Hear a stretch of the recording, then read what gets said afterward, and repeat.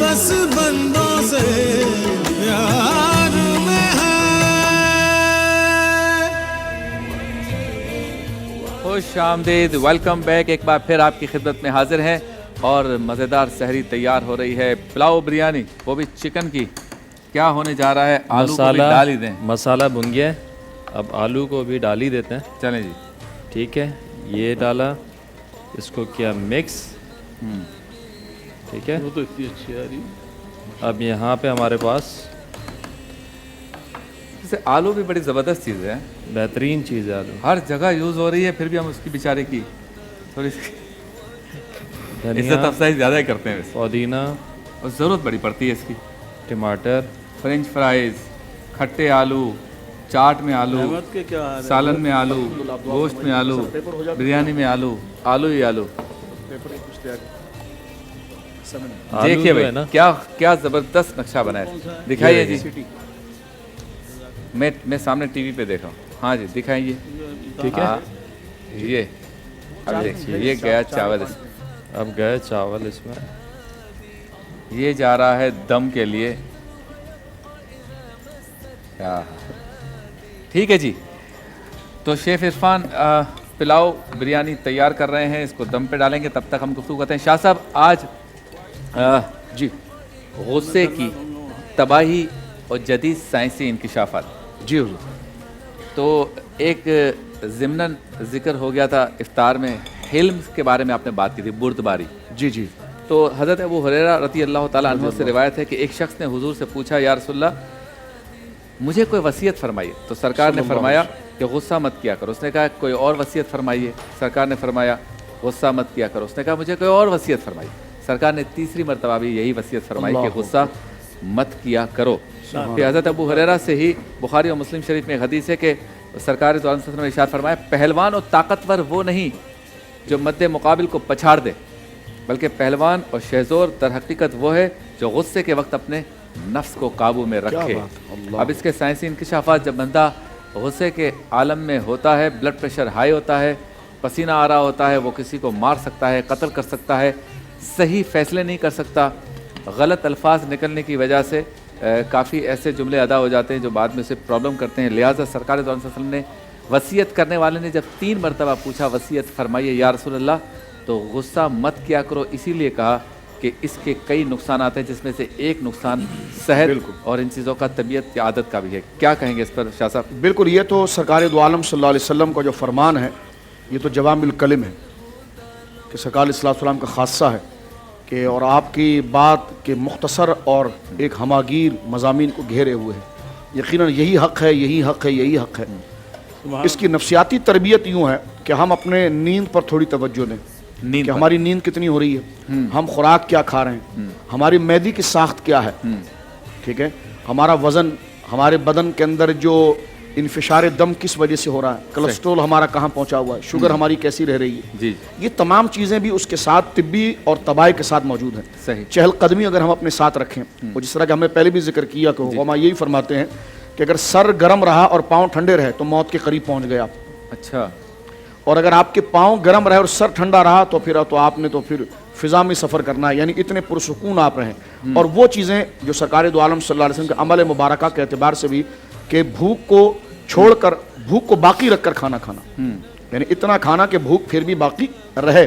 آپ کا ہاضمہ اگر کنٹرول رہے، چہل قدمی رہے، تو اس کی وجہ سے آپ کے سٹریس جو ہے وہ اعصابی طور پر گرتے ہیں.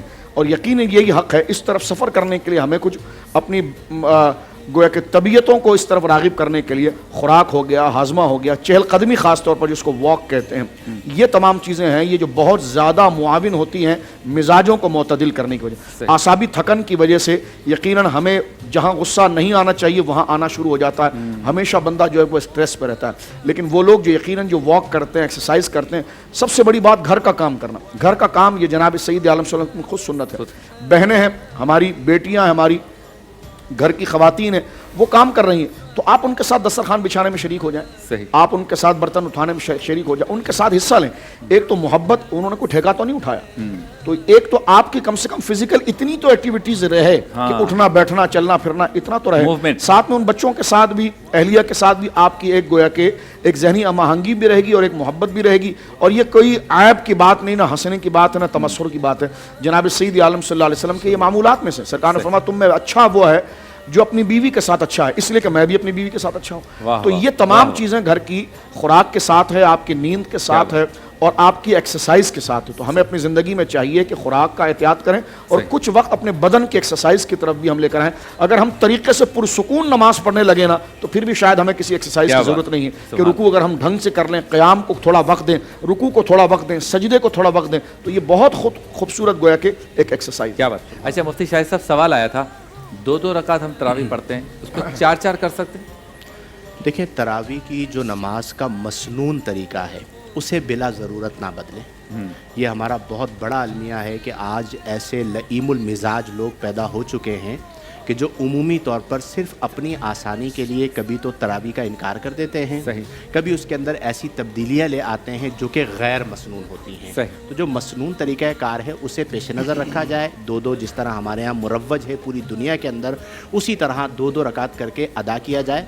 अलबत्ता अगर आप फ़िक़ही हुक्म पूछना चाह रहे हैं कि इस सूरत में तरावी हो जाएगी या नहीं, तो फ़िक़ही हुक्म तो यही है कि हो जाएगी, लेकिन ये भी एक अहम पहलू है कि मिजाज इस्लाम को भी पेश नज़र रखा जाए। सही। अगर आप अपने अपने मिजाजों के मुताबिक अहकामात में और उसका जो मुरव्वजा तरीक़ है और उसका जो मसनून तरीक़ है उसे बदलते रहेंगे, तो आप तो ऐसे बहुत सारे लोगों को जानते हैं कि जो ख़ुद को इस्लाम के मुताबिक बनाते नहीं हैं और हर मौका पर ऐसी जेहतें निकाल के लेके आते हैं कि हम माज़अल्लाह इस्लाम को अपने मुताबिक बना लें।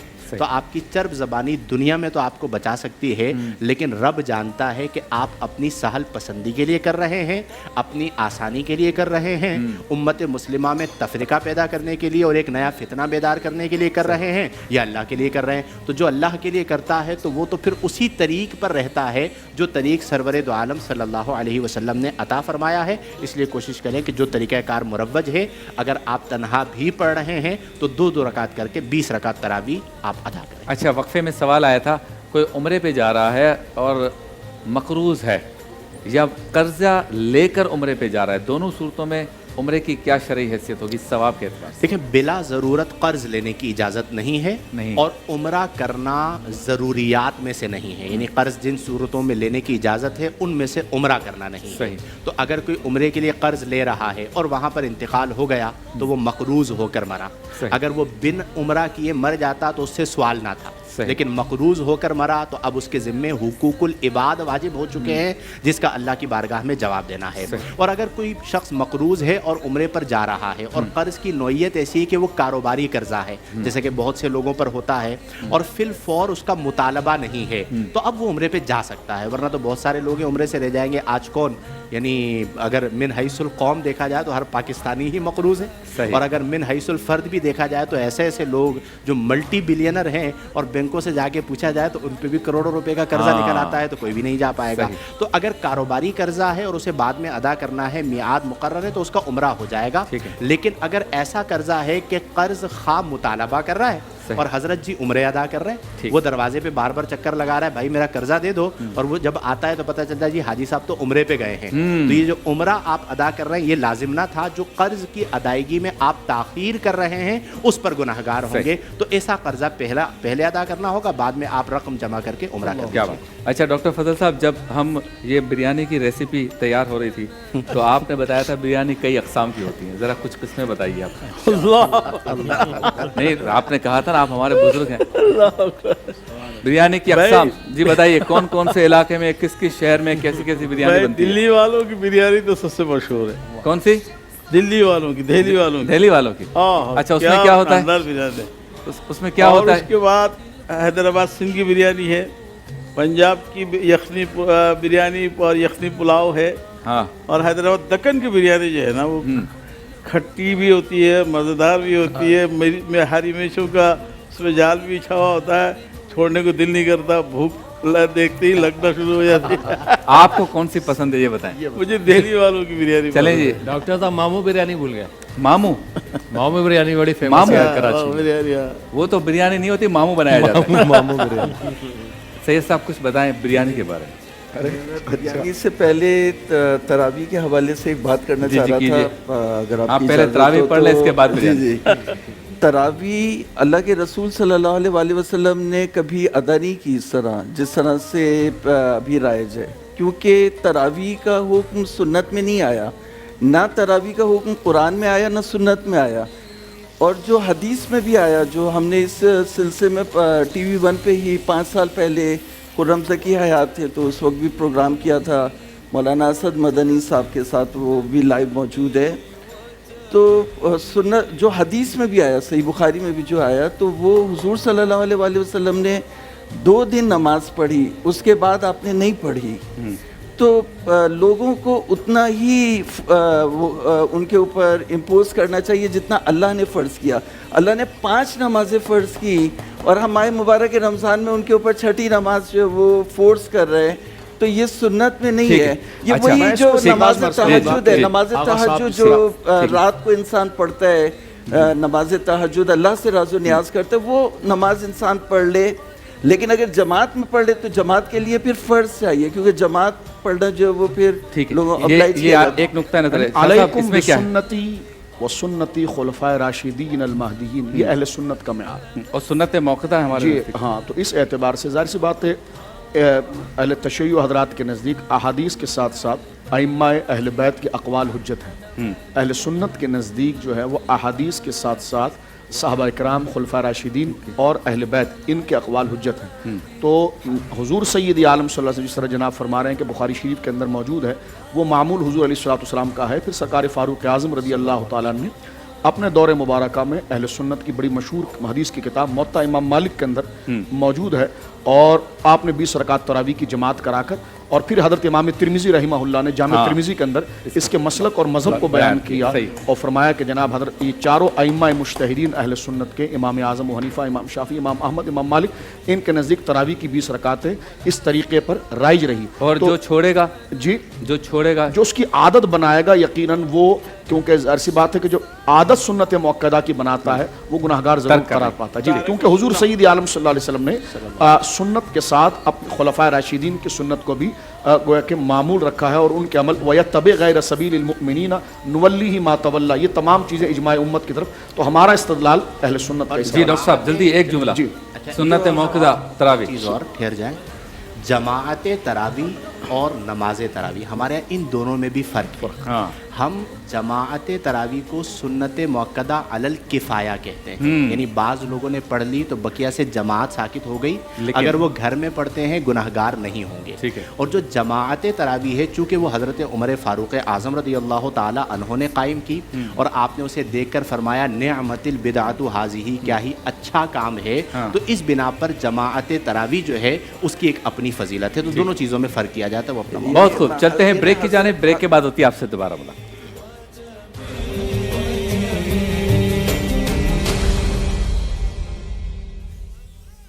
قمر